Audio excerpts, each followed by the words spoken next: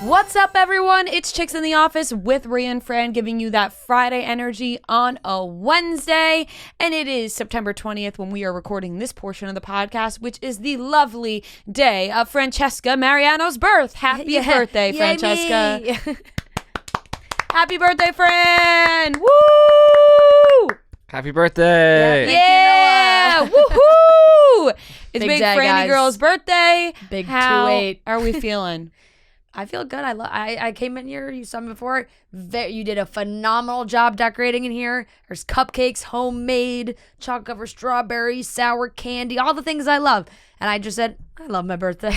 Yeah, I do love my birthday. She walked in and she said, I love my birthday. I do. And I know how much you love your birthday. So I do. I wanted it to be a very special birthday because we have to watch The Bachelorette tonight. And so you can't really do anything on your birthday 3 hours at night, but you have better be a good one. You have been celebrated all day. Yes, definitely. Do you feel special today? I do. That's why wonderful. That's why I like my birthday. Because you feel It's special. just, you feel the love. It's nice to feel the love. As you should. Yeah, thank you. And what are your thoughts on growing up? Oh, well, how long do you have? No. I feel pretty good, I will say. I definitely, Sunday, Monday, I was like, wow, this is, I don't know if it's just, a weird time or I've been busy, so I'm, doesn't feel like my birthday. And I didn't really have anything major planned when I normally do. And I was like, is it just things are just slowing down, But I feel settled. The end is near. Yeah. Oh, Haha. I feel very settled and happy, and that's beautiful. yeah. Do you feel special? Like I asked, you feel very special? Yes, As I you do. should. Well, you said I it do. doesn't feel like your birthday. Does it feel like your birthday now? It's always one of those things where then you wake up the day of, and it's today's the day. Right. You wake up like spring chicken. Yeah. You're like, it's my birthday. I know. Today's the day. I had the option to kind of sleep in a little bit today, and then I just when I got up, I was like, I'm up.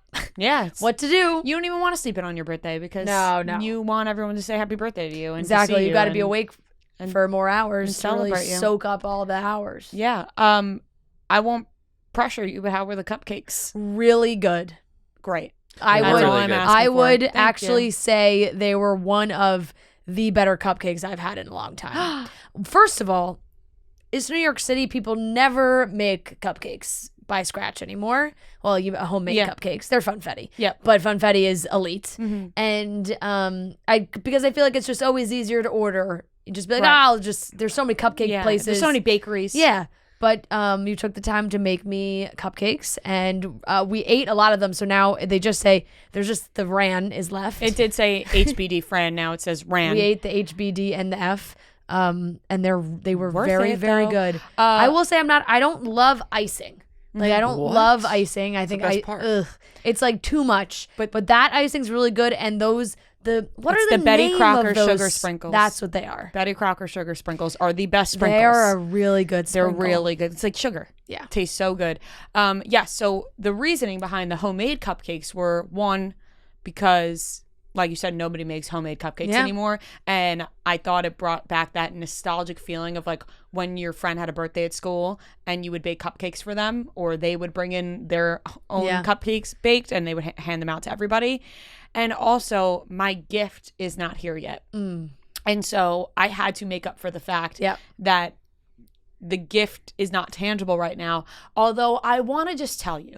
But don't, because now I get to make my birthday last. True. For when the gift does arrive. I don't know if the gift is going to be here next week, the week after. It'll just be a surprise. It's gonna be a surprise. and it could just hit There's me when two. I kind of like that though. It's gonna come when I least expect it. Right, and like you said, it makes your birthday last. We just had this conversation about not having a lot of surprises. Yes. So I want the surprise. Don't tell me what it is. And just people are just like, oh, are we gonna find out what you got, Fran? And I'm like, I wish I could tell everybody what I got you. Sorry, I got to be the first one. And listen, it requires a lot of production. So I've been in talks with this person and I'm like, where's the freaking gift? And they said that they're going to give me an update in the next 5 business days. Yeah. So I'll have an update for you soon. Yep. But in the meantime, I hope you enjoyed all your tasty treats. Exactly. So Everybody can just maybe if you want to like DM Rhea and guess. No, I have a feeling nobody's gonna get it. I was gonna say it on the podcast without you in the room, but that would require too much for you to get up. People would tell her. Yeah, somebody could send it to me. No, it's really cool, and that's why it really needs to stay secret. I pray it turns out the way I think it's turning out, because if this long-awaited gift shows up and it's just not what it was, I'm gonna be upset. But the person has sent me updates, and so I am Papa Elf. I am to believe, yes, Papa Elf. I am to believe that it is coming the way I think it is. Okay, like I said, I am very excited for it, and I don't want special it to be you ruined and for you. It's clearly being made for me, so it's being made in another country for you. Yeah. Wow. Okay. International gift. It's an international gift, detailed for you. The hype is only building. No, I know it should be. She's doing that on purpose. I freaking wish I don't could give it blurt to you on it your out. birthday. I'm not gonna blurt it out, but I've been telling people around here about it. And they're like, "Oh my god, she's gonna fucking love that. Like, it's gonna be nuts." Okay. So I also hope that you don't expect like it's not big in size. No. You know when somebody says like there's a special gift and you're like when you're younger, I think that's only when you're young. When you're younger, you expect it to be like a big giant box. Yeah. Yes, it's not. It's quite small. No. They say the best gifts come in small packages. So. Yes, and this will be a small package. Okay. Okay. Enough. I'm sorry. I'm so excited. God, you just can't help yourself. I can't. I'm just so excited about it. I'm gonna actually ask for an update as soon as this is over. Anyway, we're also not only we're celebrating today. The Eagles had a great win to go right into my birthday, and we're at that time of year where fall TV is coming back. My favorite time. Dancing with the Stars is back. The Voice is back. Soon, the NBC's been advertising their big Law and Order crossover event. Chicago Wednesdays. Wait, is Adam Levine on The Voice? Not anymore, no. Oh, he was. This is your month. He was on The Voice, but he has not been in multiple seasons. If he was. John Legend brought up his name last night. Really? But it was like it's a blind audition, so it was recorded a long time ago. Not a long time ago, but a few months ago. And John has moved to the far end seat. And he was like, some great people have sat in this chair. Adam Levine, is it like Kelly Clarkson, American Idol, where it's like the Simon Cowell of the he sits on the end, or he's the last one? Well, Blake Shelton has always stayed in his seat. Oh. But everybody else has moved around because they've moved around. Yeah. Blake's the only one that's consistently stayed for, I think he's done every season. Because now this year is Blake, Gwen, John Legend, and Camila Cabello. Remember when Blake Shelton got Sexiest Man Alive? Yeah. Well, I mean, now he gets to film the show with his wife, Gwen Stefani. That's nice. Yeah, it's very nice. It's your month. This is your fall. Is your season. It is. And I hope you're just really love September. Taking it on. September is a great month. It is a good month. It's a good month. So happy birthday, Francesca. We love you guys. very much. We hope you have an amazing week. Yeah. Because your birthday doesn't end just today. We know that about you. Thank you. You have a whole birthday week. Yeah. And you better freaking celebrate it. I will. Gosh darn it, I will. Thank God. And by the way, you guys are listening to this a little later than usual on Wednesdays. I know we're normally right in the morning on Wednesday, but we had to delay because Gabby and Rachel are in studio with us. Very big deal. We're going to talk to them about the finale that I can't tease at this moment because we have not seen it while we're recording. But by the time you listen to the interview, time this podcast is a journey. We'll be taking you from... It's like Back to the Future. We'll be taking you from Tuesday afternoon to Tuesday night to Wednesday early morning. That's really how this goes. And we're going to go in chronological order. So you'll hear the stuff first, and then you're going to hear our Cutting Stems is going into the podcast. And then it'll be Rhea and I speaking to... Rhea and me? Rhea and I. I don't know. Doesn't matter. Speaking to... Gabby and Rachel. Yes, and hopefully that goes over well. Yeah. So let's get into the episode. She was great on Dancing with the Stars. I will yes just throw that out there. She was we phenomenal. might have another winner. We might. We are going to be talking about the Adam Levine saga that has unfolded. Ooh, drama. Juicy. And also Cutting Stems and our interview. Yep. So let's get into it, and we're going to talk about Adam Levine. Guys, summer has officially winded down in just about a day. Mm-hmm. It will be fall. But that does not mean we stop vibing with Vizzy, all right? The seasons have changed, but Vizzy has not, except when they add new great flavors, which they are always doing. Whether you're cozying up for the fall or you're at a tailgate, Vizzy is the way to go.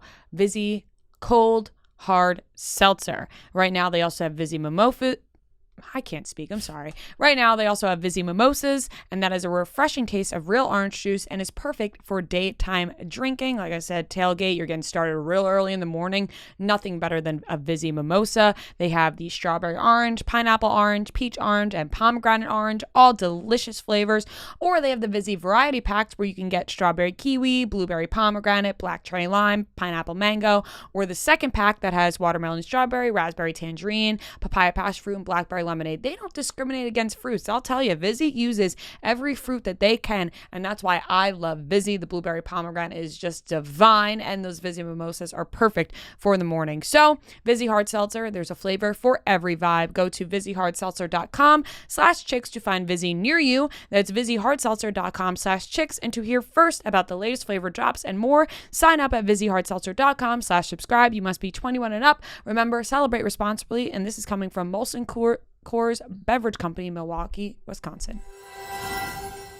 All right, this TikTok went viral this past week from this woman named Sumner. Her name is important. Beautiful name. For the story. It's very important for the story. Sumner, what's her last name? Stowe? Yes, Sumner Stowe. It's actually a nice name. I mean, and Adam Levine clearly thought so. It's got the double S. alliteration, the double S. What is it? Alliteration. Is that what it's called when you have a double? I believe so. So this woman posted a TikTok. She's an Instagram model, revealing Instagram messages with Adam Levine, and revealed that they had some sort of, this is all alleged, had an affair. They exchanged these inappropriate messages on Instagram, and then Adam Levine came back into her life to ask if he could use her name to name his third child. He messaged her and said, dead serious. We're having a third child, all and caps. It's a boy, and I want to know serious. if I could use your name. Dead serious. So then this woman went on TikTok, shared these messages, and shared what she had experienced with Adam Levine. Now, there's a lot of talk about, is it the right thing to do to share these messages public? Should you have just messaged Bahati, which is Adam Levine's wife, privately? You may know her as a Victoria's Secret model. She's a model. Should we message her privately? Should you make these public? Listen, Adam Levine and this woman both wrong. They are both wrong in this situation. Adam Levine cheated, or allegedly cheated, on his wife. This woman partook in an affair with a married man. These people are both wrong. Yeah, I do agree. This happens a lot. And the conversation always shifts where it's like, we hate the man, but then it's like people point to the woman, or they make it. In this situation, Adam Levine is 100% in the wrong. He is a married man, and it seems like he was in plenty of other people's DMs, because there's been a few other women at this point who have also shared screenshots of their DMs. So it seem like he's slithering around a little bit. And then Sumner she posted another TikTok where she apologized to Bahati and their children, and had said that when Adam had come into her life, she was under the impression that their marriage was like not doing well, or that they were quietly splitting up. I mean, this is what she's saying, right? And then when she realized that wasn't true, she cut it off, and then this is him coming back in. But yes, you and also like posting this on the internet is, I don't know. Sometimes I don't know. Yeah, I don't. What's the correct protocol is? Yeah, like how do you go about this? Right. Do you need to put this on blast for the world to see? Like, I understand you want Adam Levine to be exposed, to show the world, the guy that he is. There is a wife involved in this who is currently pregnant with their third child. So it's like, does it need to be blasted across the entire internet? Yeah, I see. As for all those, the nitty gritty details, I'm like, okay, they both partook in this, but for her, I don't feel bad because she like tried to make it seem like she's the victim in this. The woman who shared it, I don't feel bad for her. Like, I think that's what she thought, that people were going to be like, oh, Adam Levine manipulated you into this relationship, and like that may not be the case, or it may be the case, where nobody really knows for sure. If Adam Levine told her, yeah, me and my wife are separating, then you never know. Like, you don't know with these Hollywood couples, what they say, what you believe, whatever. Dumas was fairly adamant that she thought that they had a open relationship as well. This woman may have thought that if she just messaged Bahati privately, Bahati would have never believed it. Yeah. Or would have maybe never seen it.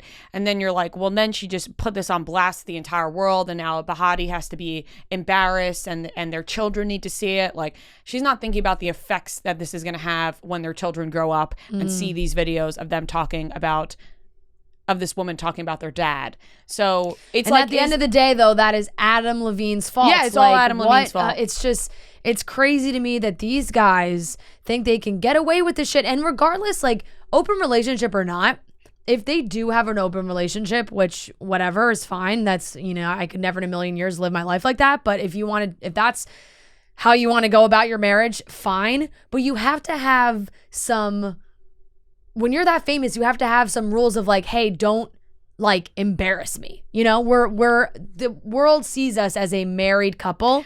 Behind closed doors, do what you want. But like, if you're going to get exposed to be this kind of creepy guy in the DMs and all this shit, like, you have to, don't embarrass your partner like that, where you just look so sleazy. So weird. Like, he is just a gross I'm gonna read his pig to be like, to want to name the kid after that woman is one of the most disgusting, creepy things I've ever heard of. These guys are so, like, the egos on some of these male celebrities. Like, what was Adam Levine thinking when he was like, can I name my kid after you? Yeah. Dead serious. Like, how sick is that? And then for Bahati to have no idea where this name is coming from. Like, Adam Levine's like, what do you think about the name? Just like, oh, like, where'd you get the inspiration? Yeah. What do you think of the name Sumner? And Bahati's like, oh, I like that. Yeah. And then secretly in the back of his head, it's a girl that he may have hooked up with or talked to. Are his other kids, are they boys or girls? I think he has 2 girls. I just think you should look up their names on Instagram. Maybe there's some Instagram models with those names. Yeah, I don't know. Adam Levine is so wrong in this. I think that people are focusing too much on the woman who's telling the story. Yeah, they have 2 daughters. Right? Like, don't you feel like they're focusing too much on the woman who's telling the story? Where it's like, okay, could she have went about this in a different way? Yeah. Probably. That's a whole other issue. And a whole other embarrassing thing. Look, but Adam Levine is gross. Yeah, you hope that, if you get contacted by somebody like Adam Levine, that this is the thing, if it's in your DMs, like, you're probably like, what the and you're entertaining it a little bit. And then if it turns into something else, it's like, wait a second. But there's never, like, the plug was never pulled here when it should have been. Yes. And he reaching out, sending these messages. Look, Adam Levine actually posted a statement on his Instagram story, which I really did not think he was going to do. I felt like this was something that they don't even address at all. They let it try and blow over. But he posted and he said, a lot is being said about me right now, and I want to clear the air. I use poor judgment in speaking with anyone other than my wife in any kind of flirtatious manner. I did not have an affair. Nevertheless, I crossed the line during a regrettable period in my life. In certain instances, it became inappropriate. I've addressed that and taken proactive steps to remedy this with my family. My wife and my family is all I care about in this world. To be this naive and stupid enough to risk the only thing that truly matters to me was the greatest mistake I could ever make. I will never make it again. I take full responsibility. We will get through it, and we will get through it together. Regardless of whatever place he was in his life, if he wants to say that, and if there was or was not actually a physical affair, sending Instagram messages to women on the internet that you don't know in a flirty way when you're married is just, it's sleazy. It never won't be. It's gross. And where does he get off? Like, what? Like, I'm just saying, like, like him messaging the girls. Like, I don't believe that if he's just messaging them, I don't really believe that. Like, yeah. I would believe that something else had to have happened eventually if you're just messaging a bunch of random And like I girls. said, some of these guys have such massive egos that it's like they need this. They need Attention. these random women to like stroke their egos for them, Right. to tell them how great they are and how hot they are and all these things, when it's just like it's so insane. Yeah. And I as for the woman, I think like Sumner, it's like, because people are like, oh, you know, obviously she should have never engaged with a married man. Yeah. But if she says to him, hey, you're married, and he's like, no, we're separated, that's just not public.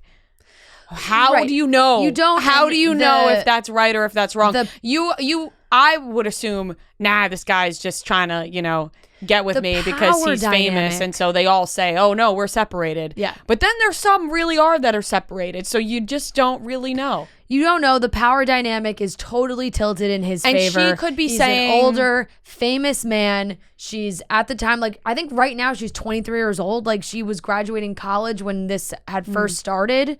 So it's like, she's young. This guy comes in. Like I said, the power dynamic is totally off. He has all the power in that situation. And he can easily take advantage of anybody he would want to. Right. Now, like you said, you always hope that somebody would say, the This other seems person weird. says this is probably wrong, but unfortunately that doesn't happen. But once again, Adam Levine is the one married Yes. with children. Yes. Yeah. So it's pretty fucking wild about. And I people always are like, had this feeling shocked, about Adam but I'm Levine. just, I saw this and I was like, he would be the next one to go down like this. I feel like we've heard these things about Adam Levine for years now. I feel Yeah, like people were saying, I wouldn't be surprised. People were like, oh, are they together? Are they not together? Like, I feel like that's been a thing with Adam Levine. Yeah. No, it It's definitely sad. has. It There's doesn't been take away rumblings for from how sure. great Maroon 5 is, though. Maroon 5 is great. Big and- wake up call for him. Good one, Noah. Good one. You already made that comment, but we'll give it to you again. I like my other one better. The Makes Me Wonder one. Did you Yeah. see that one? No, I didn't Oh, see I you it. said this that- really said makes, that one in the one group. yesterday. I said this one really makes me wonder about Adam. Those are good. They're good. Unfortunately, we've heard them. Yeah. So it's very disappointing. It is very disappointing. Adam Levine's a dirty, dirty pig. He's a dirty dog. Yeah. And I'm sure that they will stay together. I think that they're going to stay together. We'll see. This love. There's good songs, good song titles to be thrown into this. I'm laughing so hard it's harder to breathe. Okay, I'm gonna stop. All right. That's we can just end it there. All right. The Bachelorette finale, they basically gave us everything that happened right off the bat. You know, they started off with this Jesse Palmer dark room. He teased the cheating. He teased the text messages. So we knew shit was going to hit the fan big time. Basically, I'm going to say right now, I don't even think there's a point of talking about either of their actual proposals. Gabby and Eric, yes, but like Tino and Rachel's proposal, you normally get so invested into the actual proposals. The proposals we could have just skipped right over because it felt like it did. Tino's proposal was robotic anyway. Let's get into what happened with Rachel and Tino. I'll try and sum it up as well as I can from the information that I have gathered. It appears that once the show started to air in the in-between time and before that, Rachel and Tino were having some issues. They were having some arguments. They were not broken up and they were not on a break, but they were having some arguments. And then after that, they started to resolve things. Things started to get a little bit better. And Tino then revealed that during that time, he had kissed a girl. And now this girl is somebody that he had known before the show. He said, I guess he had not met her, but they were talking or something. I don't know. And they ran into each other at a bar after he came back from filming, and one thing led to another, and a kiss happened is what we were told. And that made things very tense, and we got to see this conversation between Rachel and Tino in the happy couple house of them trying to talk it out. And it was the weirdest thing I've ever seen. It was so uncomfortable. And I would love to know, Kelly, Rhea, your thoughts. Rhea, why don't we start with you on your thoughts on what was going down in that conversation between Rachel and Tino? I thought this entire thing was not enjoyable to watch at all. Usually when there's drama on the show, I am one who's like, yes, give me all the drama. I want to watch it all unfold. This was so painfully uncomfortable to watch. It seemed like Tino, we know what happened. Tino kissed another girl. All right. And so Rachel kept being like, tell me what happened. We know what happened. He kissed another girl. Tino then broke out a fucking journal of all the things that Rachel said to him that made him feel like he should cheat. I would have advised Tino to not do that because it did not come across well at all. Tino didn't really seem sorry or remorseful. If he was like, oh my God, Rachel, I had a lapse in judgment because I'm not saying what he did was so wrong, but it just seemed like he didn't really think what he did was wrong because he kept saying, oh, I thought that this relationship was over. You said you were. It seemed like they were not on the same page at all. They should have been on the same page before he went and hooked up with somebody else and kissed a girl. And that same page would have been, we are no longer dating.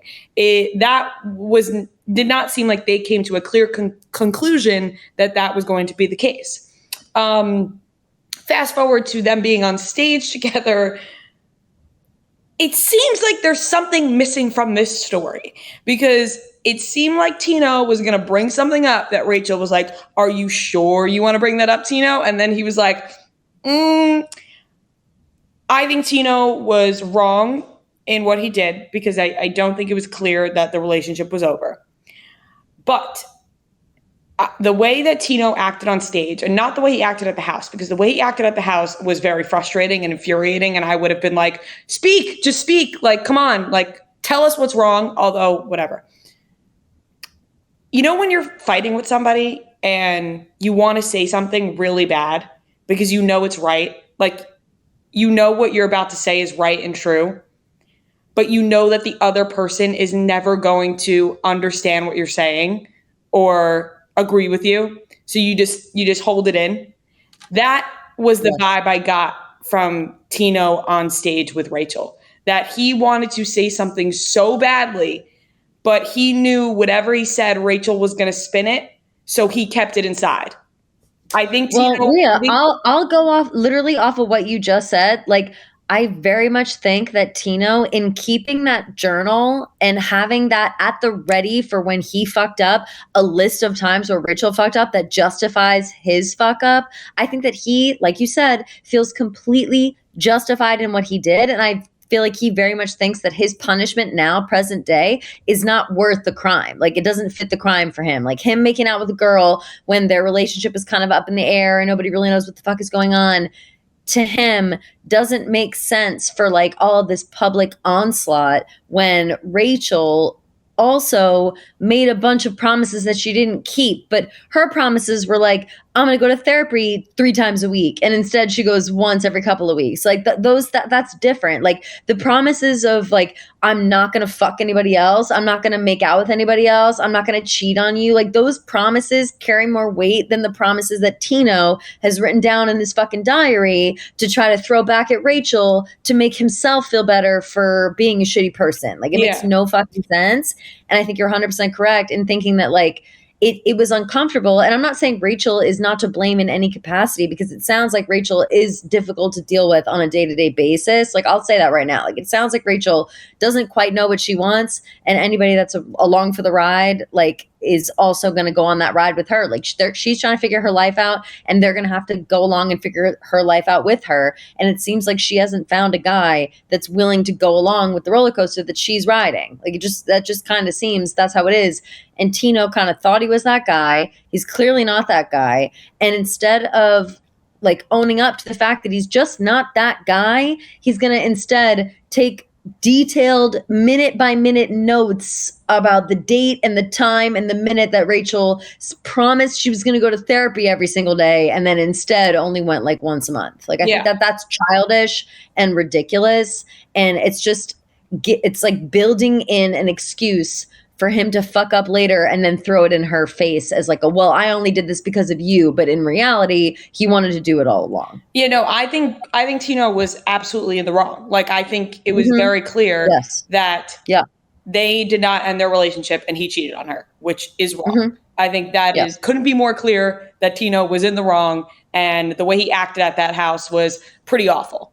The people in the chat are confused right now, thinking we're taking Tino's side. I don't think anything we said seemed like we were taking Tino's side in any capacity. No, I thought, in what world is that taking Tino's side? I think we called Tino a child just now. And you could go read our tweets. And just because I said it seems like there's being something cut from the conversation does not mean I'm taking Tino's side. It just seems like Tino was holding something in, that there was something left unsaid between them there in a conversation, that it was clear he wanted to say it, but wasn't saying it. Well, here's the thing. It sounds like Rachel and Tino were having issues, right? So Tino, in his defense, not defending him, but in his defense to Rachel, he wanted to throw back all of these things that happened between the two of them while they were fighting to justify his actions. That's what he was trying to do. So unfortunately, he cheated. So that really negates everything here. If he did not cheat, Tino could have brought up some of these issues. They could have talked it out. They could have seen they could have actually talked more about what was going on. But it feels like in that moment, and remember, this is still TV, and I'm sure there are some things like Rachel and Tino don't want to put on television. And at the beginning, when they're having these fights, it really, from what Rachel was saying, it felt like they were talking about really deeply personal things. And Tino was on the edge of his seat to say those out loud, which would have been an absolute disaster because it's just inappropriate and is not the time and place to air something out. And especially if he's using it in defense of cheating on her. And that's why, the whole thing is they just kept talking in circles because they're not going to get what they want. Rachel wanted him to just own up and apologize and take responsibility for his actions. Tino's entire thing was, well, but then this and then this. And also anybody, by the way, if your significant other is taking notes on statements that you've said when you're in arguments, bad guy. That was wild. Weird as fuck. That was so wild. He opened that notebook and was like, well, you said that you would give back the ring and we would go back to dating, or if you weren't going to wear the ring after the final rose, or you said this. It's like, did he have these arguments with Rachel and then go home and pull out his notebook and be like, and then she said, and then she said, and then she said that? So weird. It's it's crazy to me. I don't know if that and they're talking a lot about therapy, and I'm glad that they were having that conversation, that both of them or one of them or together, something that therapy was needed. And that's a good thing at that point if they were trying to work through their issues. But at the end of the day, he cheated. Rachel has every right to not continue a relationship after that happens, despite whatever Tino wants to throw at her or say from any prior argument or fight or whatever they want to get through. And this led to a very uncomfortable conversation on stage as well, where it felt like they were just continuing to talk in circles. And then Jesse Palmer brought Avon out. It was a big WWE setup moment. And I will say, we can really dislike everything Tino said and did at this point of the show. Bringing Avon out and having that set up felt like just cruel at this point. Tina hated it. They've been through a very uncomfortable conversation. They've not only have they aired the previous one, they are sitting there live talking to each other.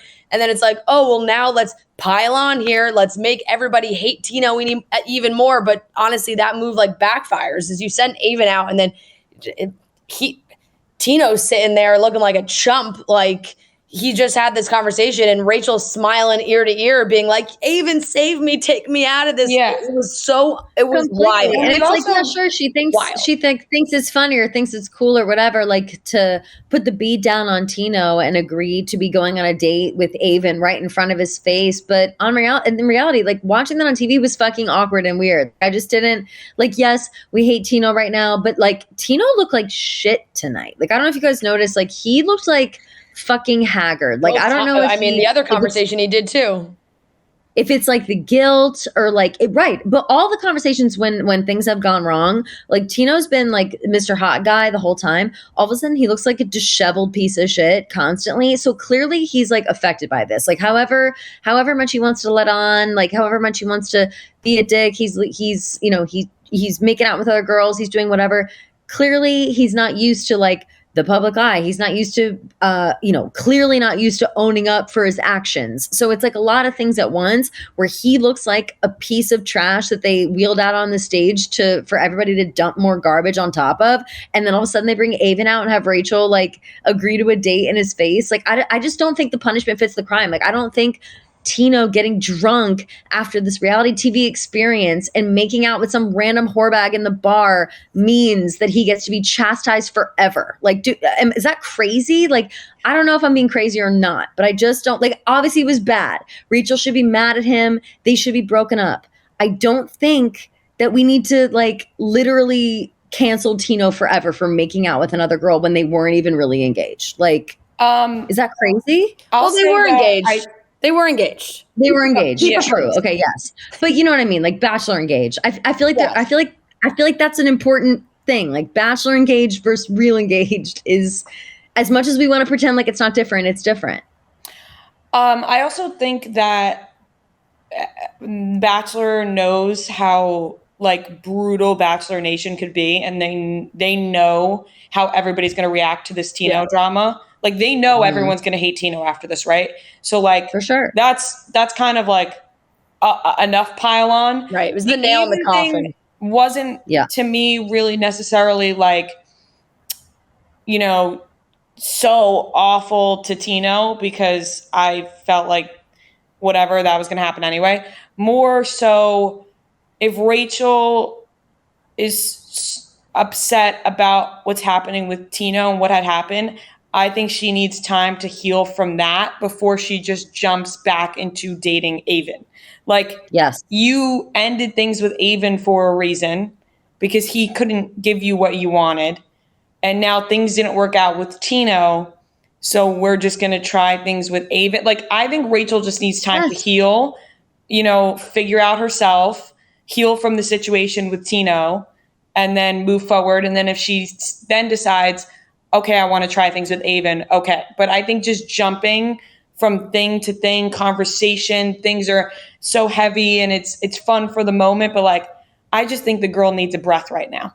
Like, I don't think it would be bad. And I also think it wouldn't be awful for Avon to also take a step and say, she ended things with me for Tino because I wouldn't propose. Maybe I shouldn't be giving her a second chance immediately just because the guy she got engaged to cheated on her.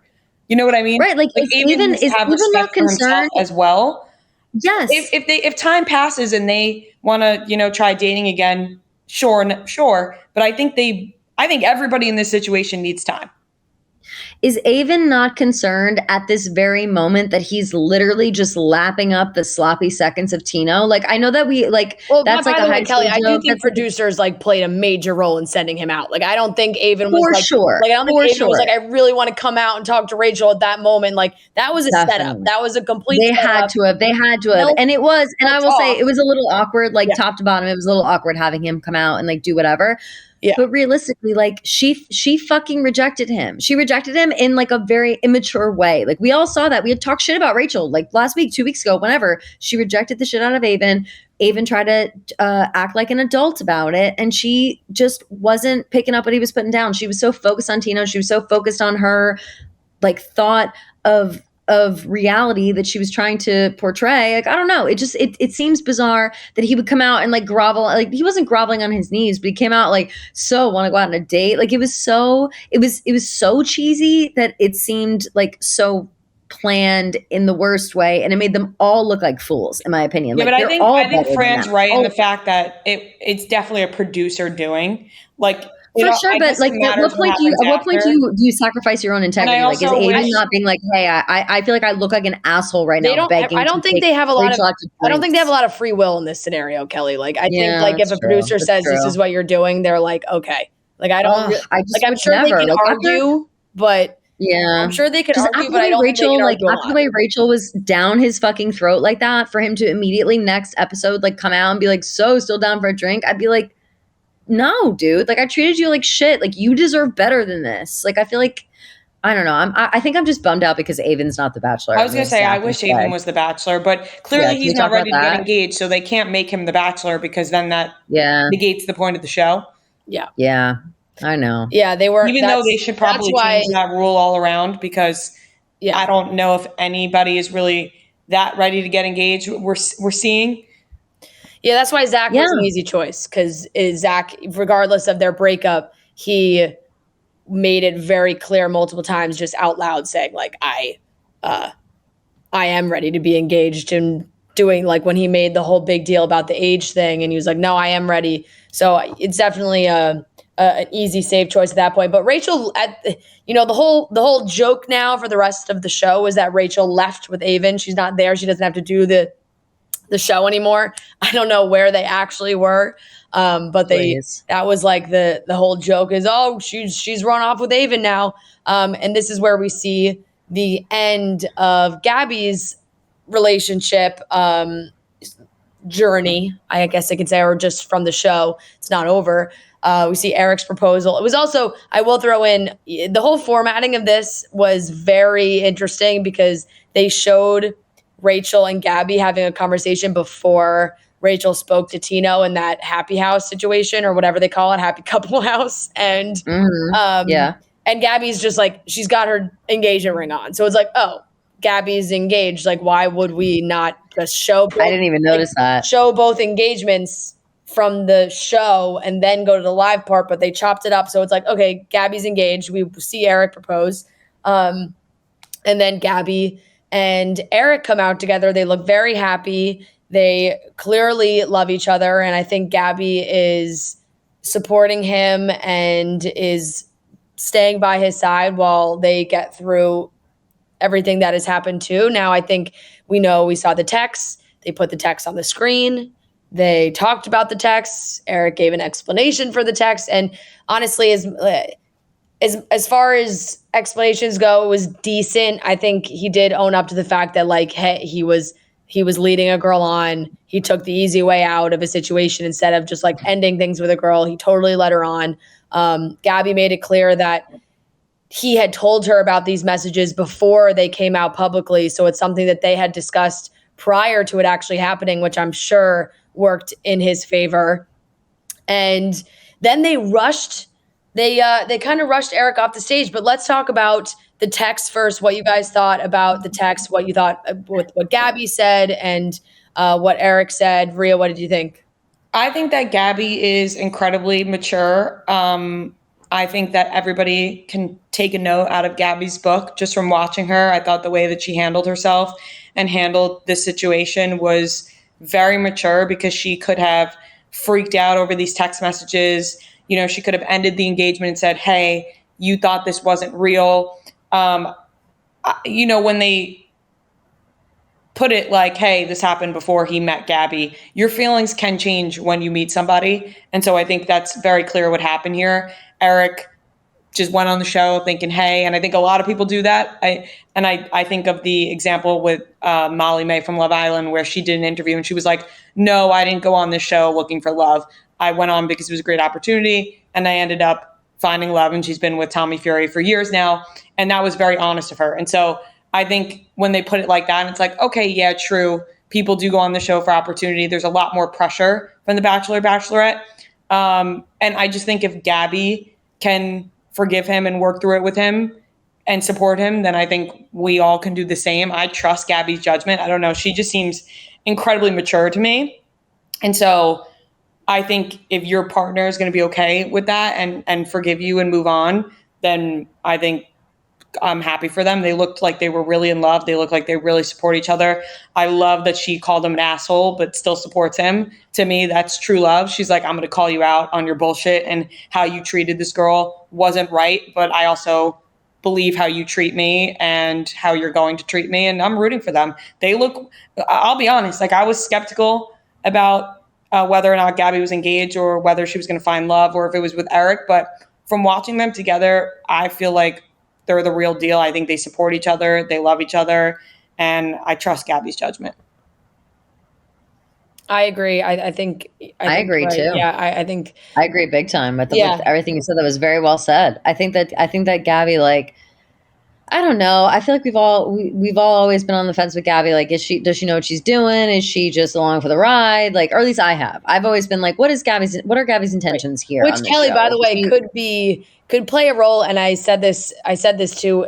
I think I may have texted this to you guys, but when you see those text messages, Gabby could be like, you know what? I get it. I went on The Bachelor and I didn't really think that was going to turn out the way it did either. So I think they probably have that agreement. It's like they can have that conversation of like, oh, did you think this was going to happen going on the show? Or what reasons did you go on? So I'm sure she relates to that in a way that it might not affect her as much as the fans reading it who are like, oh, he said the show's not real or like whatever and getting upset. Totally. Yeah. People are asking about the post-show texts. Gabby clearly knows about them. So it's not up for us to be like, what about those post-show texts, Gabby? She clearly saw them. So if she's okay with them, then and I also really do okay with them. I really do think that, the one line of him saying like, I think about you all the time, it comes off wrong. His intentions to me in that text was he came back from the show and then maybe was like, oh, I really fucking handled that wrong and tried to apologize.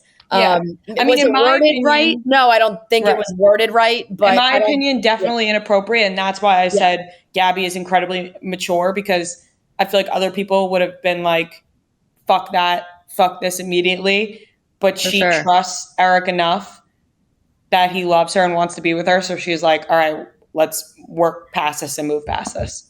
Yeah. Can I also say that I think that it kind of helps that they haven't known each other so long, that they both have decided like, hey, we're gonna take this time to be honest with each other and be real with each other, and we're gonna try to make this relationship work, and we're gonna tell each other all of our bullshit. Like, from Eric's point of view, yes, I was talking to this girl before I came on the show. I left it in a bad spot. I'm probably going to text her again. Like, I got to figure it out, whatever. I'm sure Gabby's been, like you said, I'm sure Gabby's been in similar situations. It's like, it's just easier for them to be honest with each other because they're not so like intertwined in their lives. It's easy for them to express what they're doing, express what they're feeling, because they don't know each other well enough yet, realistically, to really be judgmental of each other, because they don't know what each other has done yet. Like, they have, neither of them has room to judge at this point. So they're just kind of like, all right, let's both be honest with each other. Let's tell each other everything as much as we can, and then move forward from there, like depending on who's cool with what. And as of now, they both seem cool with whatever it is that they've done in the past 6 months to a year or whatever it is. Yeah, and then, like I said before, Eric was kind of what it felt like abruptly rushed off stage. I know, I think a lot of people thought that they were going to address the photo. I have a ridiculous siren. Can you guys hear that flying by my? Yeah, I can now. Yeah. Yeah, that's loud. Wow. Rest in peace. Whatever's happening there. That's very loud. Okay. It's gone now. Yes. So I think everybody thought, since the text messages were brought up, it was like, okay, I think we're also going to bring up the picture of Eric from high school is in the yearbook. He's dressed as Jimi Hendrix, is blackface. And Eric himself has addressed it on his Instagram. So it's like the texts were not addressed by really anybody within the show. This was addressed by Eric and has been discussed a lot in the last couple of weeks and was not brought up during this episode at all, which I thought was ridiculous at this point. Like, I know he talked about it on Instagram, but it was a written caption. It's another thing to say the words out loud live and address the situation. They just didn't touch on it at all. And I don't know if that's something that Eric will speak on later, if they want him to, if he's allowed to. I don't know what rules ABC puts into place here. And I also think, Gabby and Rachel are going to be doing a lot of press now, and they are on our show. And it's just like it puts Gabby in a tough place to not have Eric be able to answer for his own actions. And if Gabby's the one doing press, like, it's not Gabby's place to speak for him in a situation like that. Eric has to be the one to own up to his actions and speak on it in that situation. It's not Gabby's responsibility, but now just skipping over it completely puts Gabby in an uncomfortable situation now too, and she is gonna, she's gonna be doing a lot of press, and it becomes a conversation now that they did not talk about it. Yeah, I think it was wild that they didn't bring it up, considering that they have brought up other people's mistakes in the past, and it was like, why has that been brought up in the past, but now when it comes to Eric, it's not being brought up? Like, why does it get brought up for some people, but then for other people it doesn't get brought up? Doesn't really make sense to me. As for Gabby doing press, because we are having Gabby and Rachel on the show, I don't think it's up to Gabby to answer for Eric. So for people being like, I agree. Oh, are you not going to ask Gabby about it? It's like, this was not Gabby's doing. And so I don't think Gabby should have to answer for something Eric did. It should be Eric. Yeah. Totally. I agree with that. Are you guys excited to have them both on tomorrow? What are you going to ask? I'm like so jealous. I could die. Like, I'm so jealous. I could die. There is a lot to ask. There is so much to ask. So much to talk about with them. Like, what do you think their attitude is going to be coming in? Like, do you think they're going to come in like, you guys were all talking shit about us all season, like whatever? They would never. I feel like they're like too nice. Who knows? Who knows? I mean, if they do, that's fine. I will say, I'd respect my if opinion changed. If they came in like that, I respect it more. Yeah, definitely. We'll see what happens. And then honestly, Gabby stayed in the hot seat for a while after Eric left, still talking about their relationship, still talking about the two of them. So it's interesting that they had Eric literally leave the stage and then continued to talk to Gabby. And then it was like the whole joke, oh, Rachel was supposed to be here. No, okay, we get it.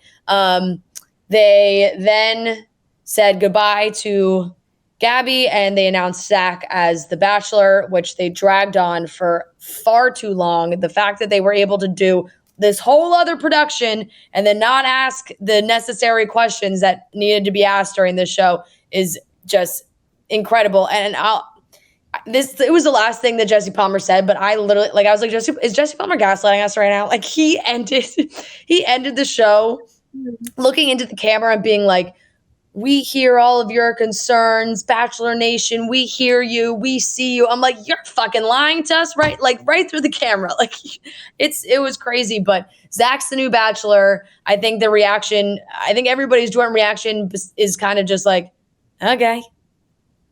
Exactly. My exact reaction was, okay, fine, I guess. Like, okay, I guess. Although I'll say Devin pointed out, I think it was Devin that pointed out in our group chat that Zach is arguably bigger than Jesse Palmer. I didn't realize how big and tall he was until she said that. And I looked at the two of them together and I was like, oh wow, that guy's huge. I did. So I had no idea. It didn't really seem like that this season, but I have to pay closer attention at a different point. I know people always have different opinions on who they want to be the Bachelor. It is going to be Zach. They did the unfortunate first limo entrances during the live show. They brought out 5 women. Bachelor Nation got to vote via Twitter on who got the first impression rose. I don't know if they were trying to be more like Love Island. They want to be more interactive with the fans, take the power away from the actual contestants. But we met 5 women. It's incredibly uncomfortable. Everyone was nervous. Zach was super nervous. Zach couldn't remember any of the girls' names after Jesse Palmer was like, do you remember any of the girls' names? And he remembered none. And then Jesse just didn't let it end. Like it was embarrassing. it It was so mean. It was uncomfortable. mean for him to do that. It was like, obviously he's not going to remember. He's on a live stage for the first time. He's just announced he's the Bachelor. Yes, he has these 5 girls come out, and they've done this before. They've done this situation where like they'll do a quick 5 girls or 5 guys like rose ceremony for whatever, but they never quiz them at the end. Like that was not fair. Not fair. Yeah. No, it absolutely was not fair. But the country, Patronation, voted for Brianna. She definitely had the best one, I would say, by far. Yeah, she was won great. in the landslide. She was the best, for sure. And she's really cute. And we'll obviously see more of her. She got the first impression rose. We saw a new Paradise trailer that shows that they're definitely going to be doing the Casa Moore situation from Love Island as well. So ABC is just kind of spinning that around a little bit. But we can take some questions from the YouTube chat. I'm sure people have a lot of thoughts. All right, Rhea, what do we got? What was worse, Becca and Ari's breakup or Rachel and Tino's? I think the answer is so obvious. Becca and Ari. I think it's Becca and Ari. Without Ari left Becca for another woman on the show. Yeah. It wasn't like, and with never no mind, remorse. I want Gabby. It was. Yeah. I will say, though, But still, we've never had somebody straight up cheat, I think, which I honestly feel bad for Rachel. Like, Rachel was wrong sometimes during this season, which we talked about last week, but what Tino did was wrong. The action of Ari taking the ring back was so preposterous. Like, just the concept of what was happening. The conversation between Rachel and Tino was, for me, sometimes almost harder to watch, just from this talking in circles and I need to go outside, I need to come back inside, I got to go outside again. Like, it just, that's fair. They're on pretty equal playing field, I'll say. Yeah, that's fair. And also the conversation between Tino and Rachel, you're right, I think was worse because it just wouldn't end. Like nobody would secede. Like nobody would be like, all right, fine, whatever. At least with Ari and Becca, it was brutal and it was horrible, but it was very much like a Band-Aid that he ripped off and just like got the fuck out of there. Like it was sociopathic behavior for sure, but it was quick and short and we just hated him forever. Tino's going to drive this out for the rest of the time. Like his dad's probably making a Facebook status right now. But I think, I actually think, now that I'm thinking about it, it was crazy. I think Becca and Ari's was crazier, but Ari clearly made the right decision. Like Ari going with his gut, saying, hey, I want to change this here, was actually the right thing to do in his heart and his head. Like, it was crazy. It was definitely crazy, but it clearly worked out for him. And so he was right by following his heart. It was just one of the crazier things we've ever seen.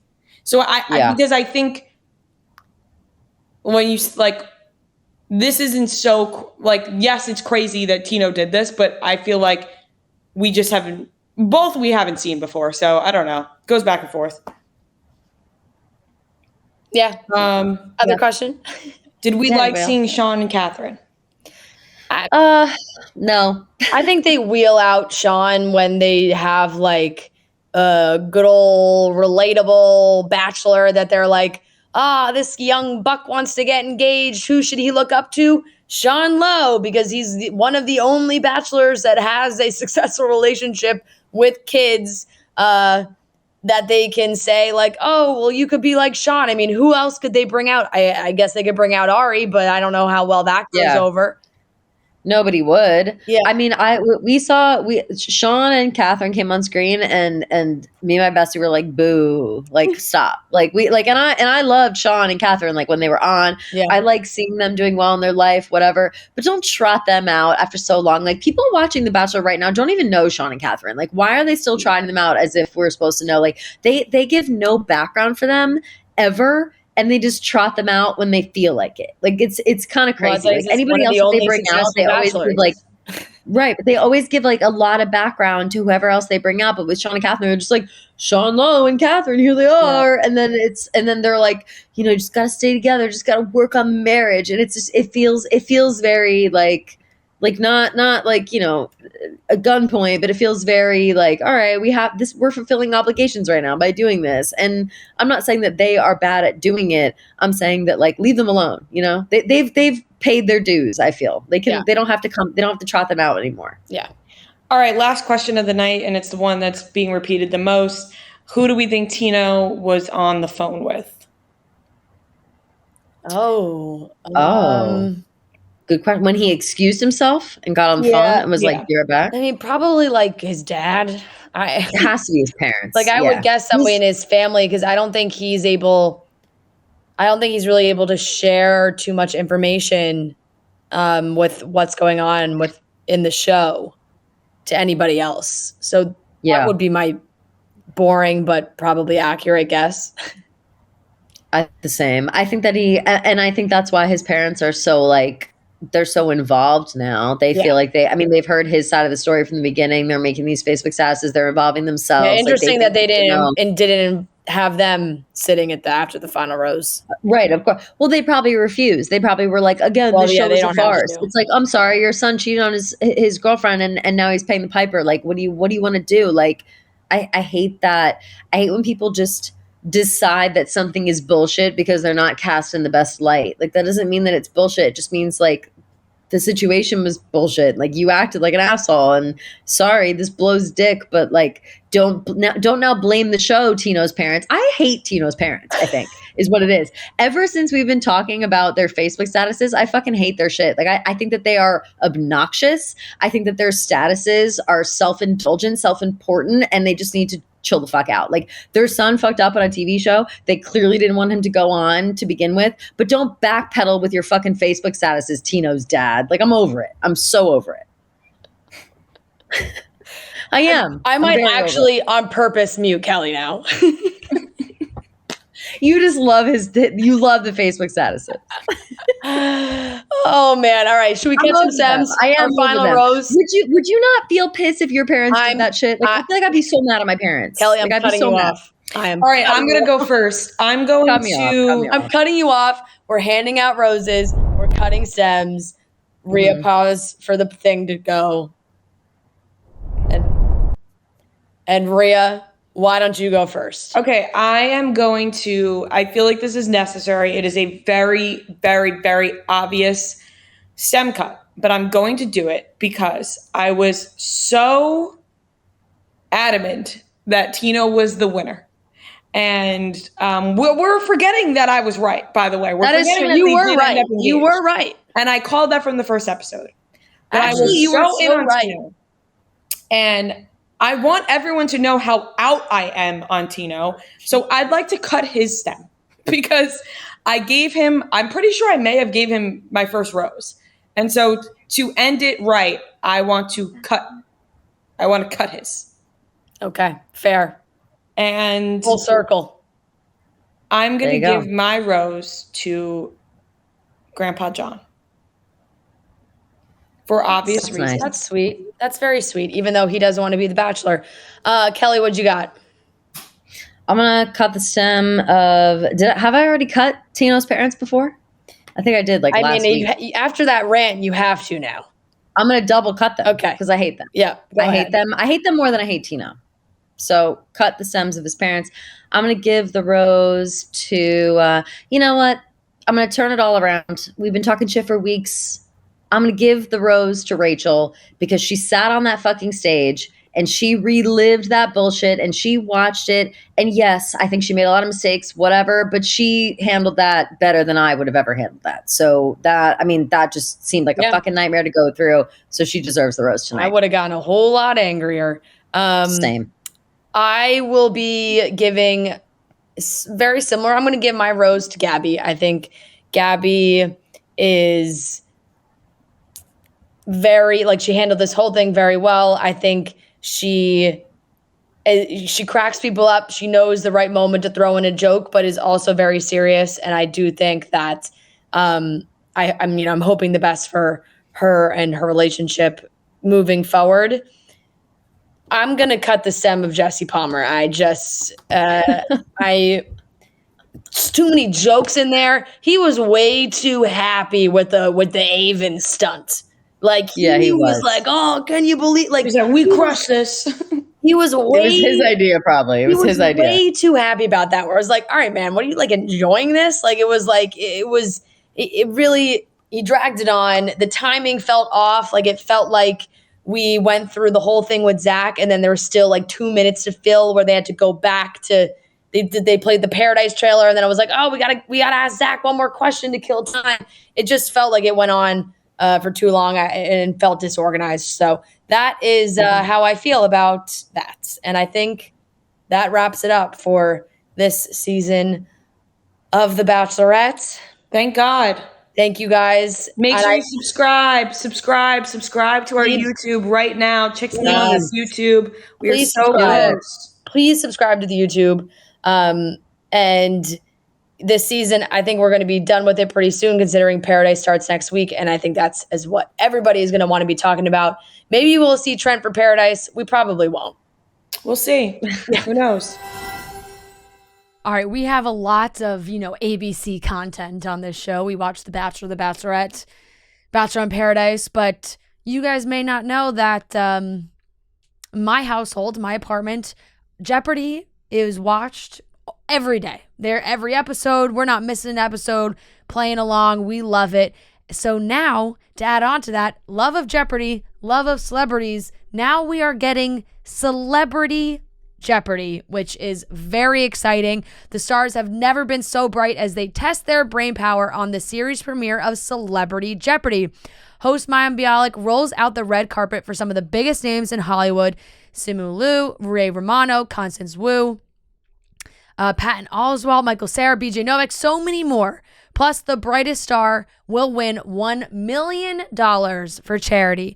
So let's hope these celebrities have been reading more than their screenplays when Celebrity Jeopardy comes to primetime. I'm very excited. I can't wait to play along and see if I'm smarter than all of these celebrities. Celebrity Jeopardy series premieres Sunday, September 25th at 8/7 Central on ABC, and you can also stream on Hulu. That's September 25th is coming up Sunday at 8/7 Central on ABC.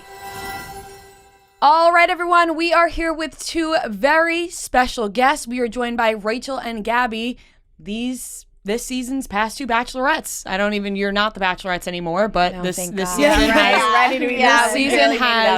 former, you can say now. Former bachelorettes. I love that. Yes. The two former bachelorettes. The season ended last night. We saw the finale. It was 3 hours long. A lot to unpack.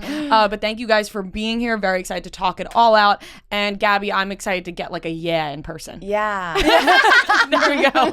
Perfect. It's like when it's like when you hear the actor say their line. That's what that felt like. But thank you guys so much for joining us. I'm sure you guys have been through a lot. You've heard a lot of opinions, even from us. Yeah. So thank you guys for coming in and talking to us. Thanks for absolutely. Yeah, thanks for having us. We're excited. How are you just feeling emotionally? This is a quick turnaround. You guys came from LA to New York. You're immediately doing press. How do you guys feel? That's a very loaded question. Yeah. What note do you want to start on? I feel like I literally haven't even woken up. Like it's all just been a day. Tell my head from my butt. Yeah, literally. Yeah. I feel like it's incredibly stressful coming out of the show, especially when it's hard because you're so used to watching the show and the viewer is like, oh, this happened months ago. And then they throw you with a live show and you have to adjust to being like, no, this is happening right now. This is live. What was your reaction to how the live show went?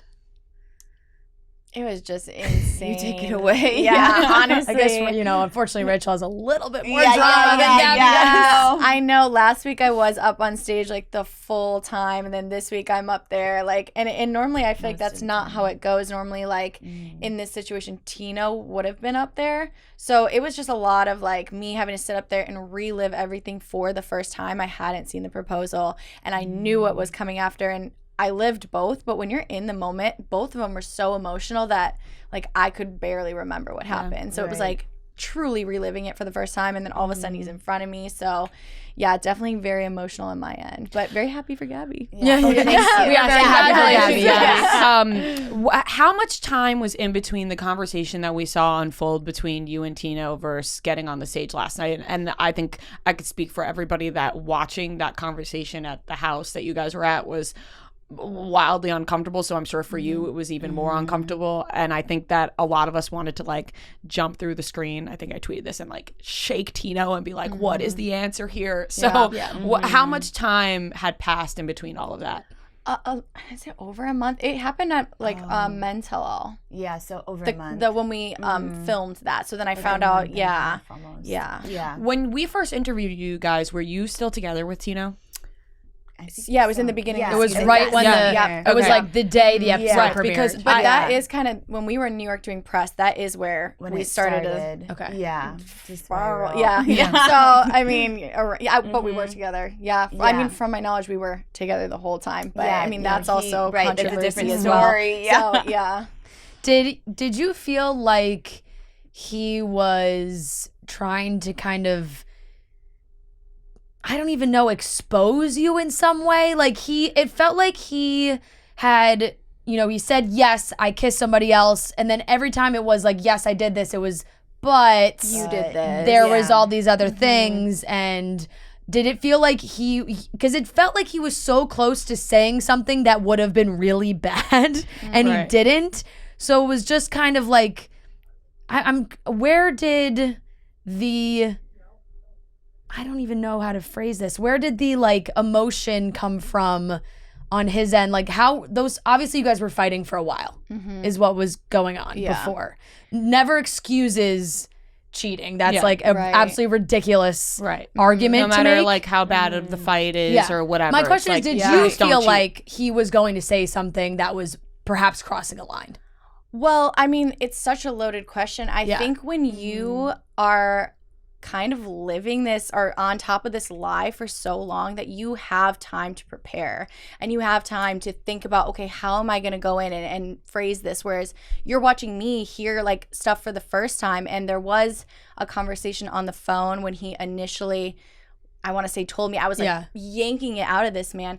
But initially, like, we had this conversation on the phone, hung up, and then we're like, okay, we need to like be in person for the rest of this. So when I got there, I'm like, I need answers. I need to know timelines. I need to know when things started. Like, I think everyone is owed that regardless of fighting or what you did. You could be broken up. You're still owed those answers because there is an engagement. It's still playing out on TV. And it just is a level of respect as well. So I think, like, I mean, Gabby was there as well. It's like you think you're going to get an answer. You think you're going to have this, like, revelation, but then he would, like, say something else. So it was super frustrating. You could see him getting frustrated, me getting frustrated, so it was just a mess. I couldn't quite tell like his intention or what angle he wanted to take. I think he tried so many to see what would stick, and then nothing stick. That's it was just like confusing to watch. And I think Caitlin Bristow actually said that during the live show last night. She was like, I think we saw like 8 different personalities come out of Tino last night, because I do think he was trying to find which angle he wanted to play it. Did he want to play the I'm really sorry, or you know, I feel bad that I did this. I was wrong, but hey, you did this, and it seemed like there was an inner battle. If he could commit to the sorry. We were like, he's gonna crawl in here, beg for you back. Game's fall gonna be on the over. sword, be like, fine. I messed up, and then he didn't. If he did that, if he came in and he were like, and you truly felt that he was so sorry from the bottom of his heart, and he spoke, you know, intelligently to you and made you feel like, I am really so sorry for what I did, and I will never hurt you again. Do you think you would have given it another shot? It's so hard with this question because it really was not even a day from when I found out to when we're in person. And my head was just spinning. In one part, you're numb, you're like angry, but then you're sad. And I'm like, I just need to know what happened. And where is the timeline? Because it does matter. And it isn't just a kiss in a bar. It is so emotional and intimate and so many things that transpired to the kiss. So I needed to get that information There was before I could. texting and there was other things involved. And you also like, you know, people talk about. It was intentional. Like it was. Cheating and having those fall in someone else's face. Yeah, and almost like protecting her as well. Like it really did feel like she was the one being protected. So it was just like, I need to get in front of him. I had no thoughts in my brain. And I think anyone who has been cheated on can relate to that. I mean, women like just fly off the handle when they hear that. It's like you can't comprehend it. Yeah. And I do think like a lot of times you can have those conversations happen in private, but you guys were engaged at that point, but you still really did not know each other for that long. So it's like you're going through the emotions of, have these last 6 months, is this even really the guy that I knew? Like there's a lot I would think you have to go through your mind. And the craziest part of this to us too was him showing up with that notebook. I know. Yeah. And we were like, was he taking notes? I thought he was gonna like read me a poem. I don't think I've ever seen anything like that in my entire life of a significant other taking notes. It was like, yes, I kissed, to use against you. Right, like why I kissed else someone, would you take but here's all the things that you said to me. Yeah. What? Right. Like, and out of you're context. And kind of feels like Yeah. icky to be like, so we were having conversations on the phone, and while we were having conversations on the phone, it's like I have this notebook in front of me, and I'm like, right. And it's not even that. Right. It's They were so very out of short. context. It's like, well, you said this. Well, let's talk about why. Yeah. Okay. Yeah. And then once we would talk about it, then you would move on to the next thing. It's like, so how many points are we going to hit until you're finally going to tell me what happened, or what's like we're running in circles, and then I would hit a point, and then he'd be like, well, I have to go outside. Yeah. It's like, so are you going to go think? Or I'm just like, it was confusing. And then I couldn't have a full conversation. So how am I supposed to make any sort of decision when I'm sitting there feeling like I'm going absolutely insane? Yeah. Right. And I think that came through. I think it was very frustrating. You could tell you were frustrated. He was all over the place. I couldn't even imagine just being like, just give me the straight answer. We know you kissed, but like when, why, what happened here? Throughout the season. And I'm sorry, I'm just gonna, but the fact that he sat down and was like, do you wanna start? It was like, no, what? No, you're in trouble. You should be groveling right now. Right, exactly. Or then he would just be like, well, are we together or not? Are we together or not? And I'd be like, let's talk about it. And I don't even know anything And when yet. he was like, why can't she just break up with me? Well, why don't you have the balls to break up with her then? Exactly. Like my thought process was like, Exactly. if you're saying, why doesn't she just break up with me? Why can't you just break up with her then? Yeah. And you can that's just, nothing like, against you. It's just like, assume. be a man and be like, listen, I don't want to be with you, and you would have Yeah. probably Clearly. respected Yeah. that more than, Absolutely. oh, you break up with me, whatever. Yeah. During the season, did you, because there was a lot of conversation around this, and we even talked about it, did you feel like if you didn't get engaged, it would be kind of seen as like a failure in this process? I don't know if we cared about well, like necessarily with the whole proposal thing was wise. a Like failure. I had my own like doubts of being like, you know, in a role, but engagement wise, we came in this so honest with them. We are ready for this part of our life. We want to have this partner with us who commits to us, and people are investing like how many weeks of their life. They don't want to just have you walk out with this long-term boyfriend, and we don't want just a long-term boyfriend. And so it was just something we've been really honest that is really important to us. And it just has to do with commitment more than it has to do with a ring or whatever people think it is at the end, because it's hard work. Yeah, I think it's just more of a symbol. And the process is grueling. Yeah. You have to be so honest, and you really, the whole thing is laid out so you shed your layers so fast so you can bond faster and better for a longer lasting relationship. Like if I just wanted a boyfriend, I mean, I would just like hit the streets again, tried it for 31 years, didn't work out. But also like there's something about the stakes being a little higher. I think that is enticing and why people go on and why people watch. Right. Your ring is beautiful, by the way. Gorgeous. It is He really didn't gorgeous. pay for it. I will say I did notice that it looked like Neil Lane kind of stepped up his game a little bit. Yeah, Right? because of us. Okay, good. I was yes. like, More with the times. The ring is more with like classic golden band. That is my type of ring, like the golden band. Yes. Oh my god, I can hold it. Yeah. Try it on. She runs out the door. I'm like, tackles. Wow. This room is far too small for us to get out of here. I'm not gonna fully put it on, but like I love the way that looks. This is like is this is like Yes. Haley Let me see. Bieber's ring. Have you seen hers? Yes. It's like the gold band Oh, oval. it's got the halo, I think. Yeah. Yeah, the no, hidden that is one. stunning. It has a hidden halo, That and is then it stunning. has one here too. Yeah.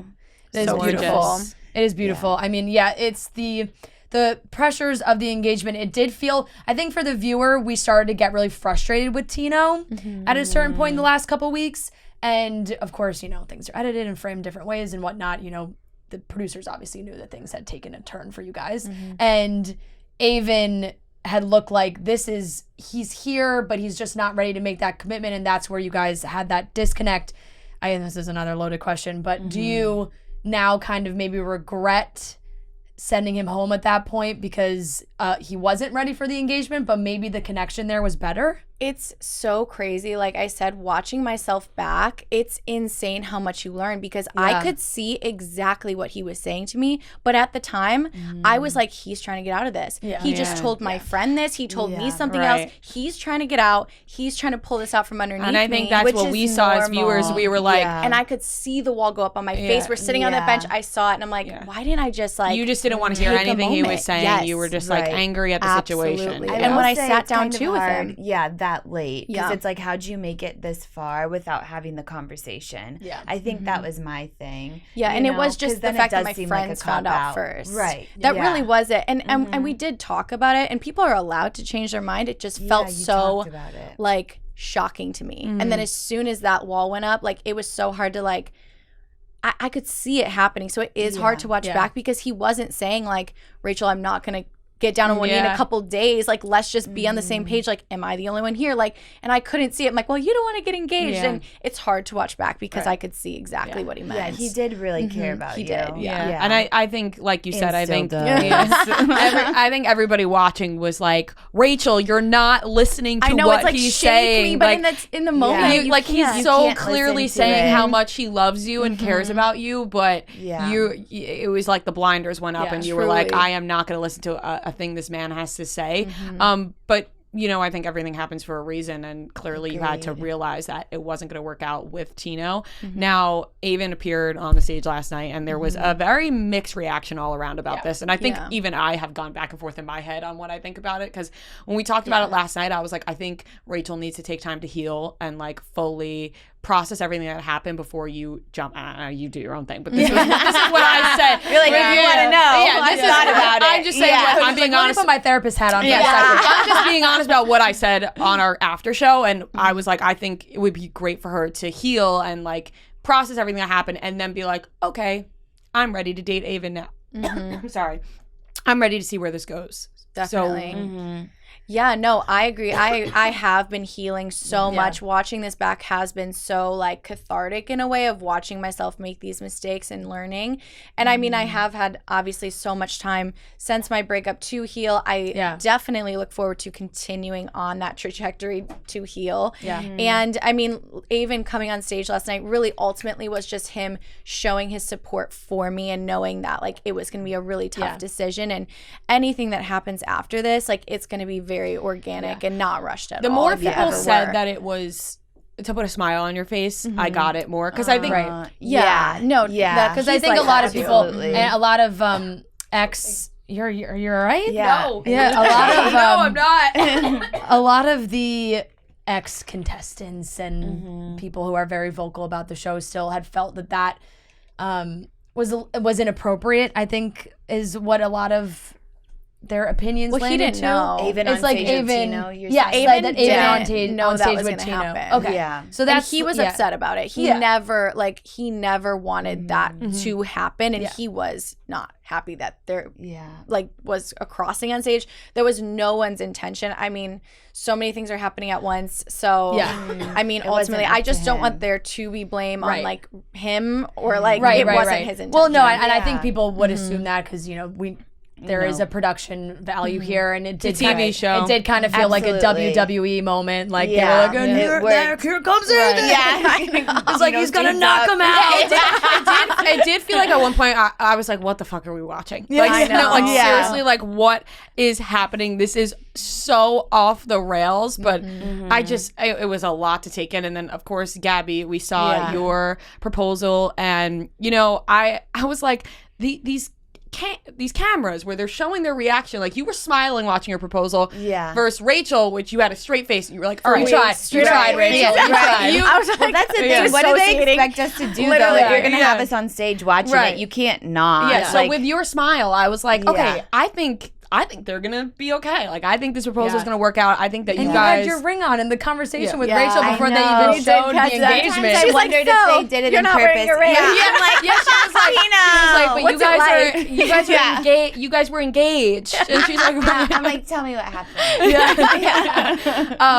but you guys, honestly, I felt the love during this, like watching it and on the screen, and you guys looked so comfortable sitting next to each other. And when Eric joined the stage, and it was a really good kiss, and you guys, you could tell that like you have that strong connection. You guys have that bond, and then of course, you had your uncomfortable part as well, where they shared the text on the screen, right? And it was like, oh, we're really gonna do this.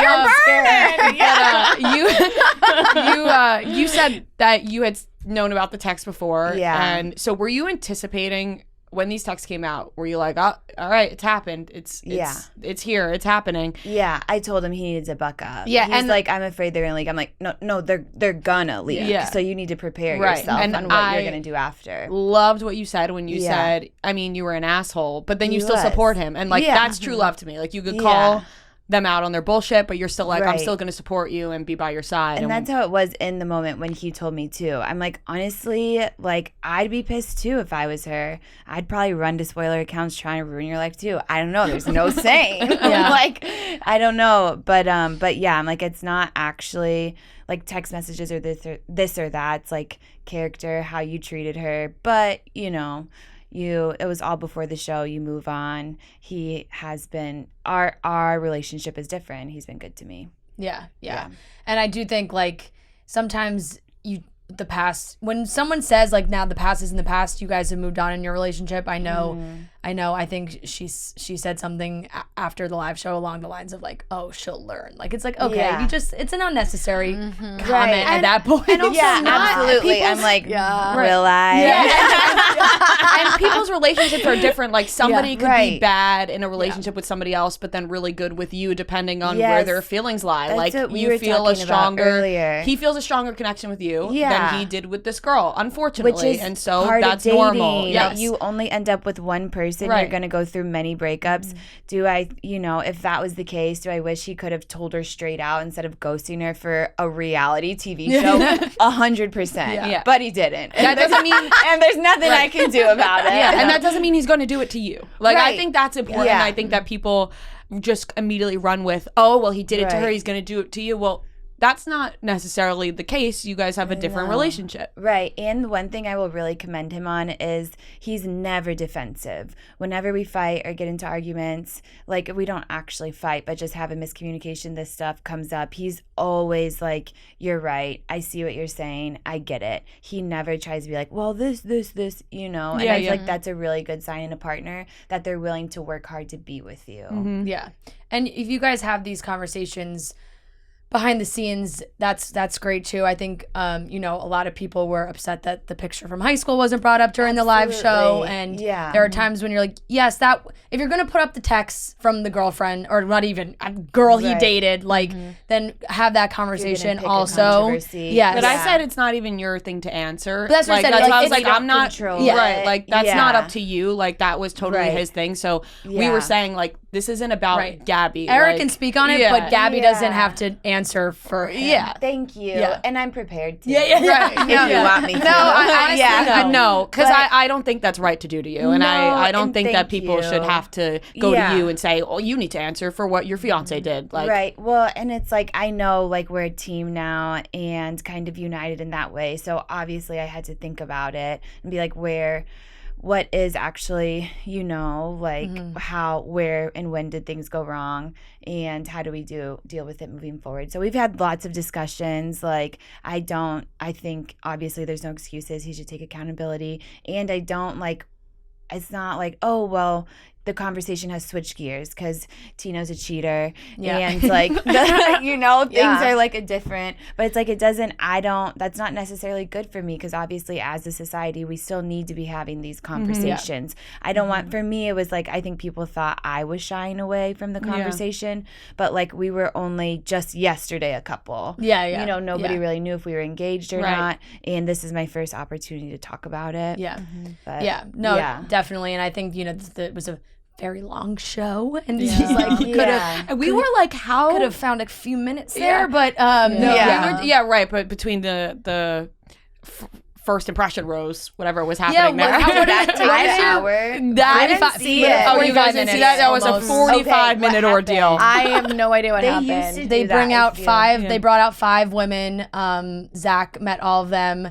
Jesse Palmer then asked him if he could remember any of their names. He couldn't remember any of their names. That was we had like I would have. That was our thing. I one of them. It happens. I wouldn't even judge, because when there's something so exciting happening, I understand him not remembering. You're like Jesse being like, "What's their names?" And then he was like, "You're hot." That's what I remember. But the Twitter voted for the girl they liked the most, and she got the first impression rose. So does it carry over to the show? Yeah, it does. No way. So now she's she's probably on top of the world. Yeah, she was. I would she be was so really wasted cute. night one if I already had the rose. I'm like, woo!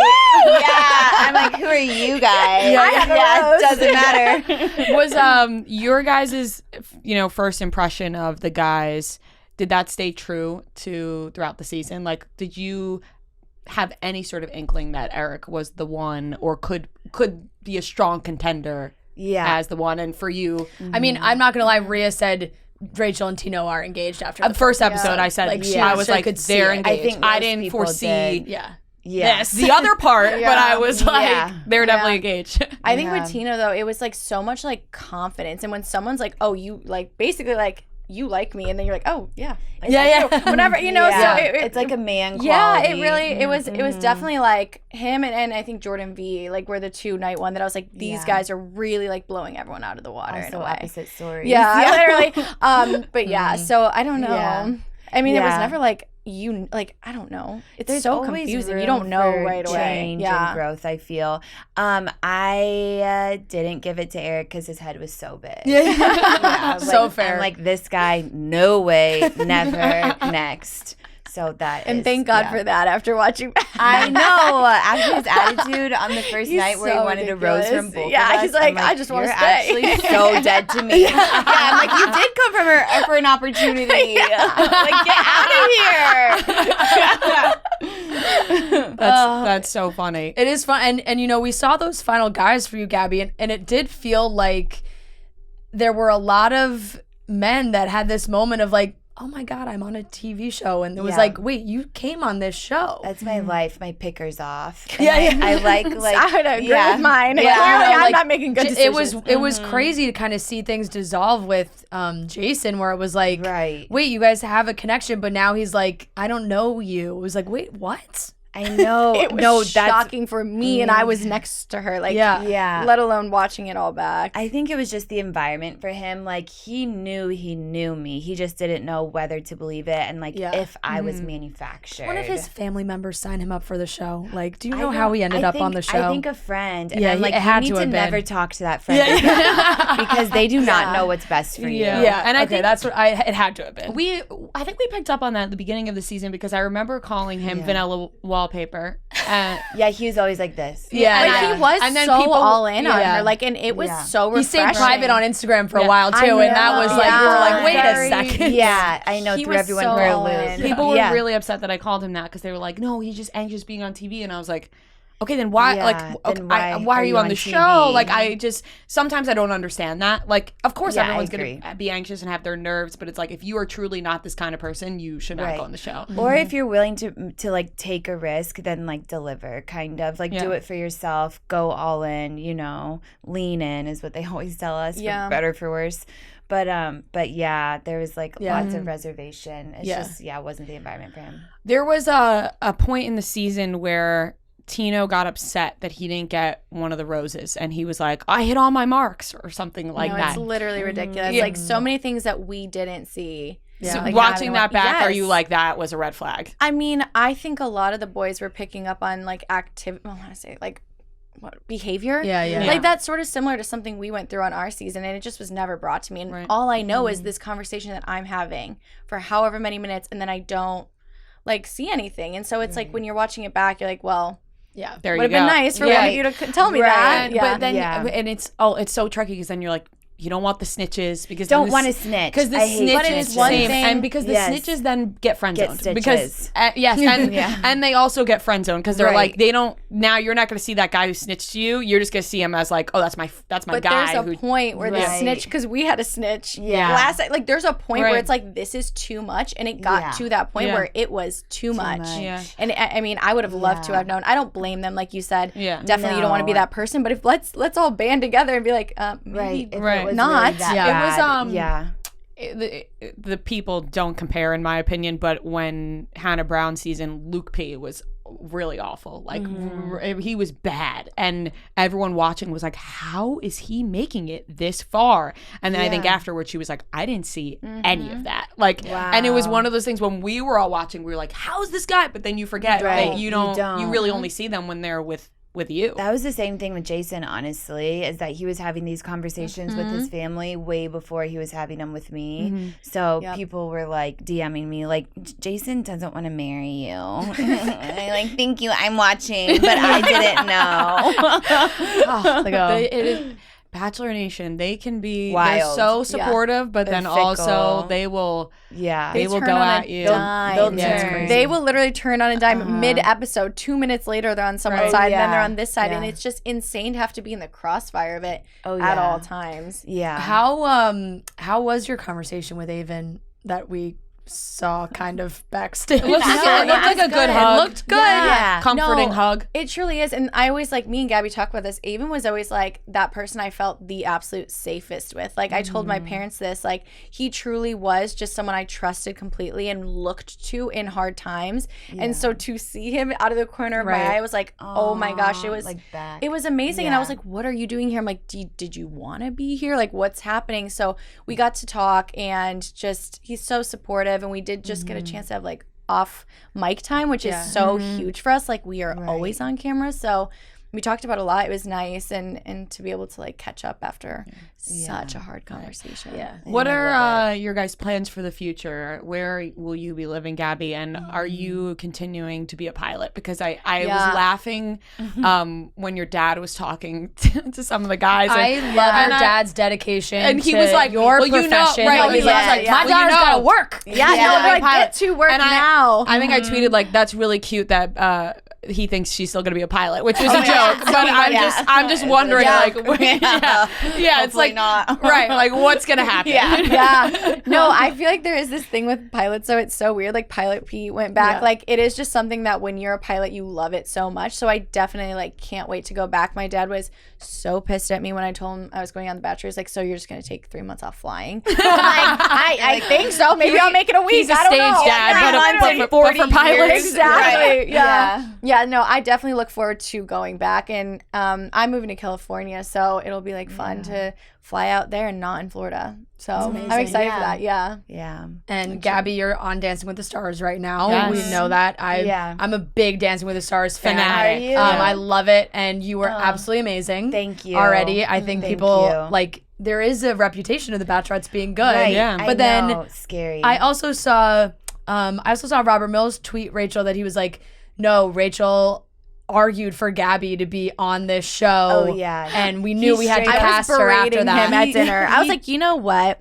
Gabby should be on Dancing with the Stars. You know what would be really cool if Gabby was a dancer? I was like, she loves to dance. And he's like, okay, Rachel, I literally just met you. And she wouldn't let up. No, it was I the got a napkin leaving in his she's pocket. like, Gabby for Dancing with the Stars. Was that like a dream of yours? Like, yeah, just because I have been a dancer. I'm not like super technically trained, but even just being in the ballroom with the outfits and stuff, it is like a childhood dream. But he did tell me, he was like, you wouldn't be here without Rachel. I'm like, I know. She got there all on her I own. know. We That's can all awesome. see that too. No. Because there were people being like, Gabby's on, Rachel's not. How do they feel about that? So it is nice to hear that you were like, put Gabby on. Well, yeah, and we're separate people. Like, Yeah. I mean, we have completely different interests. And of course, like, we were bachelorettes together, but I cannot wait to see her shine in this area and whatever I do. And I'm really actually happy that we have the chance to be our own people in a way. But obviously, I'm still going to be there on the floor screaming for her. Have to. Please. But no, I'm excited to like see her enter this next chapter because she deserves it so much. Yeah, well, we will be voting for you. I Yeah. think you Please, were 10 times. Yeah, believe me, I am. We are past voters I'm of like The Bachelorette. I'm an avid voter. Yeah. Oh, I love it. I really do watch I the don't show. even watch, but I Deliver. voted for Hannah and I voted for Caitlyn. You don't need to watch. Just as long as you hit the time zone. Between 8 and like 9:30, Oh, make sure you vote. I voted for Amon Shumpert. Yes, you did like Amon Shumpert. Yeah, Oh it's yeah. true. Who was that? He was Did on won? Basketball Player. He won. Yeah, he won year. last season. Yeah, last Okay, season. yeah. So we're very excited. And I do think we'll wrap up. I want to say I think throughout watching this entire season, there was ups, downs. We had a lot to say. The world had a lot to say, but you guys always stayed united, which was really impressive. Yeah, we did. It was really impressive because I don't think anybody could do that. A lot of people would do that. We always joke that we probably couldn't have done it. And I think for drama, people wanted to root for something like that to happen. Like, oh, this will cause drama between the girls. And I think, like you just said, you guys are separate people, even though you did the season together. And it's important that you both take on your next chapter. I think that's so important because that was a concern at the start of the season. Like, they're going to be compared. They're doing this together. But to see you guys both go on your journeys in your separate ways, but still together is very nice. Yeah, very thank impressive. We gave them enough drama as it was. did. They didn't need us to. You guys didn't need to fight for the drama. There was enough. I love that the People magazine spread at the end of the season was the two of you together. I know. It's like how it started, how it ended. Exactly. Which it's is the best. which is nice, and it's now we have Zach as the Bachelor, so I guess they're not gonna make the guys do it, but I think it's gonna be interesting. I think people are gonna miss like the double format, because there's different storylines. There's more to pay attention to, and then going back to one person carrying the whole season, that's a lot of pressure. I can't even imagine. But I don't know. Did you see Amanda Seyfried? You know who that is? Oh yeah, she was like, I can never. She was like, this is the best, like double loves the seasons. I don't want it to ever go back to normal. Oh my God, it was a funny clip. Yeah. So we'll see if they ever do it again, but you guys absolutely, you crushed it. You guys kept your friendship, which is all everybody was really hoping for when it was announced in the first place. Yeah. Oh my gosh, when we first got out, they were like, there's no way they're friends. We're like, we're done filming. And we're still the fact friends. that, I mean, not to pile on, but the fact that there is one engagement that is alive still. Yeah, literally. I'm like, she's the only thing I have out of this, so thank God she was here. Otherwise, I literally don't know what I would do. I'd have to step out of Zach, the one for Zach. Let's try again. Oh, and you're not out of the question. You're not on Paradise, right? Because people saw you in the promo. I do go down to the beach. You go down, but not as a contestant. I don't know. Okay. Tune in. All right. Thank you guys so much for for having joining us. We were Thank you super guys. excited for you guys to come Thanks in. for having us. This was great. I know, this is amazing. Yeah. All right, that wraps up today's episode of Chicks in the Office. Make sure you are subscribing for Fran's birthday gift. Subscribe. Please. We want We're almost there. 100,000 subscribers on YouTube, and we are so close. So make sure you subscribe, and we hope you have an amazing day. We'll talk to you on Friday.